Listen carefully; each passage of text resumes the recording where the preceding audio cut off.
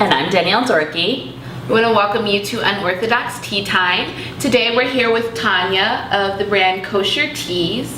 Tanya, do you want to tell us a little bit about what Kosh3rTease actually means? Sure. I was going with something that serves as a tease to anybody who would potentially buying it or would actually want it. And I wanted it to be something authentic, fresh, very original, and the word kosher perfectly fit in. So it's supposed to serve as like a legitimate tease. You've studied all over the world. Can you tell us a little bit about studying in Milan and some of that process? Yeah, for sure. I had applied to the school not knowing that I would get in, clearly. And when I did, I got really excited. And of course, when it was like about a month before I left, I started freaking out because I didn't speak Italian.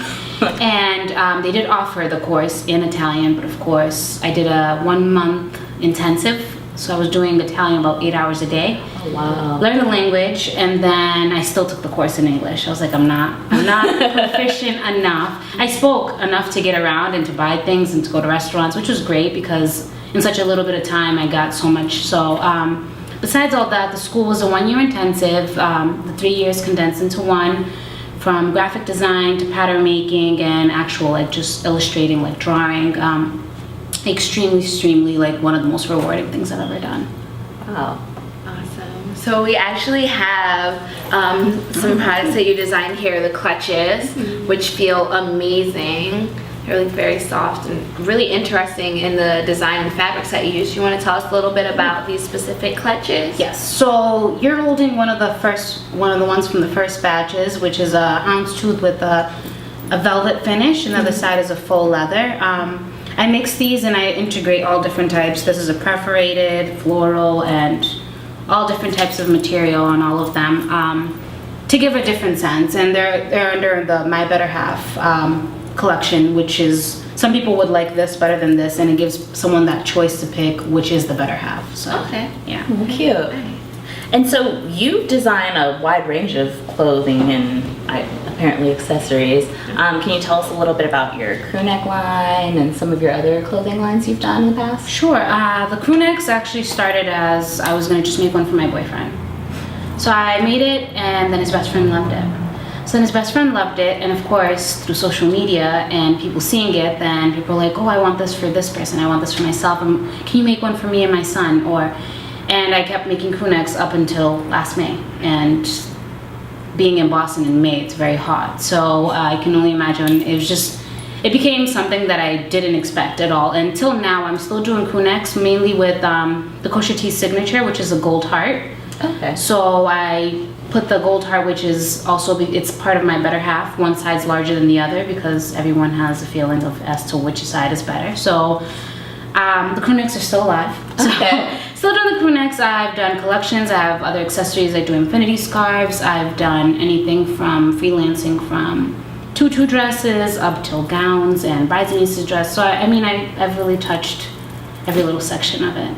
Nice. So you were actually mentioning that when you first made the crewnecks, that I guess like your boyfriend posted online and it kind of like spread through social media. So has social media actually played like a large part in you kind of getting your designs out there and like building your brand? Definitely. I would have to say through Instagram and Twitter, I do a lot of networking with people that I've never met because they'll see it on someone. And of course these people will somehow mention me, and how can I get it? I need my hands on it. So it's worked from that. And then I've also used it to my advantage to putting, do wait, in about a week or two, something new will be launching. And then I have people like yearning for that post that's going to be coming out sooner than later. And I've done limited edition collections, which then really make people want to order, because it's like, if I don't order it within like the first hour, there's potential that it might be sold out. So it's really helped me. So you've definitely taken like an unorthodox path in terms of like your design, because a lot of times people think, oh, I need to open like an Etsy shop, or maybe I need to be a seller on this website or that website, and you've kind of just taken it into your own hands, you would say. Yeah, for sure. I actually made an Etsy page just to try it out. Etsy is like, you have to build a community on it. So I'm still working on it, but you don't have to always have a show to like show people what it is. So from word of mouth and of course, social media, which is such a big thing these days, it's worked out pretty well. Awesome. And so you're Cape Verdean, although you were from Boston, and Yes. you moved to LA in September. Yes. What has that transition been like? How has it affected like the new things that you've been creating?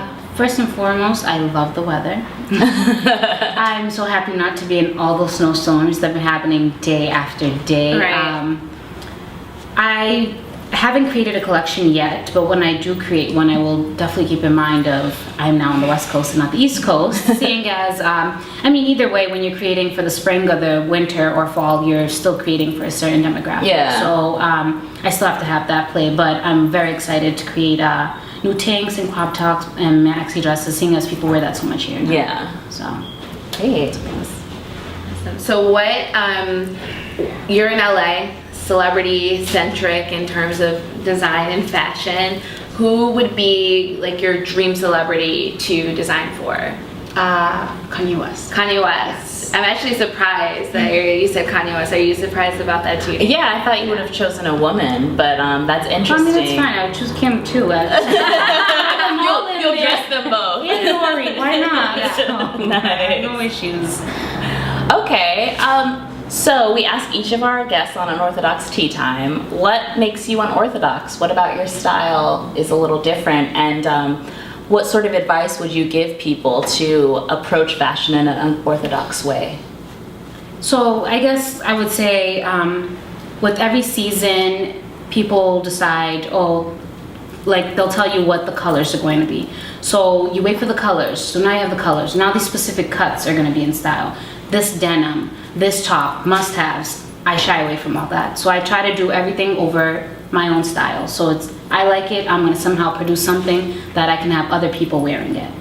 And for people who want to like begin that process, it's not easy, because believing in yourself is one thing, but then having other people believing in you enough to wear your stuff is a complete different aspect of it. So I say start small and work your way up. I mean, first, of course, wear your own stuff all the time. Yeah. So when people see you wearing, like, oh, what's that? Oh, I made it, no big deal. And so then slowly but surely, like, you're working towards that, oh, maybe now she's gonna order that top you have, and then her friend's gonna see it and love it, and you build on from that.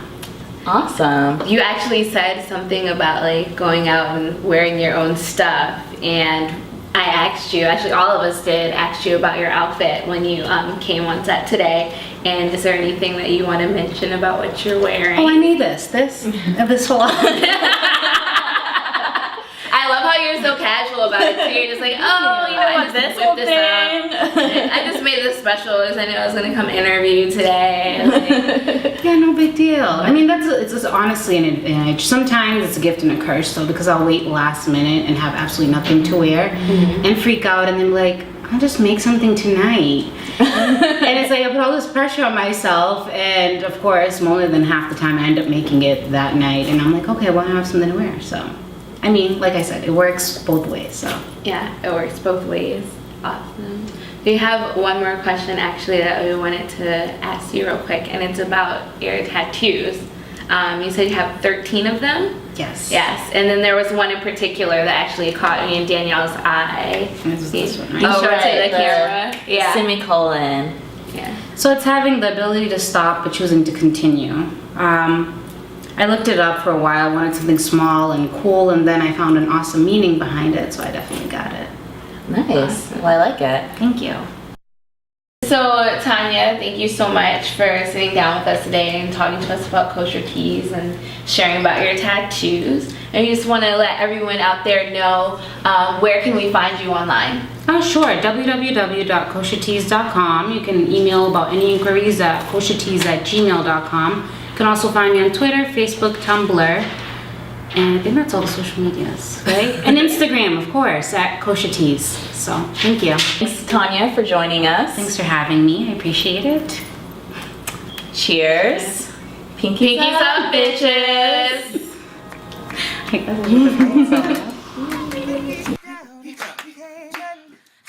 me down, love is too hot to bring me down. You can't bring me down, you can't bring me down.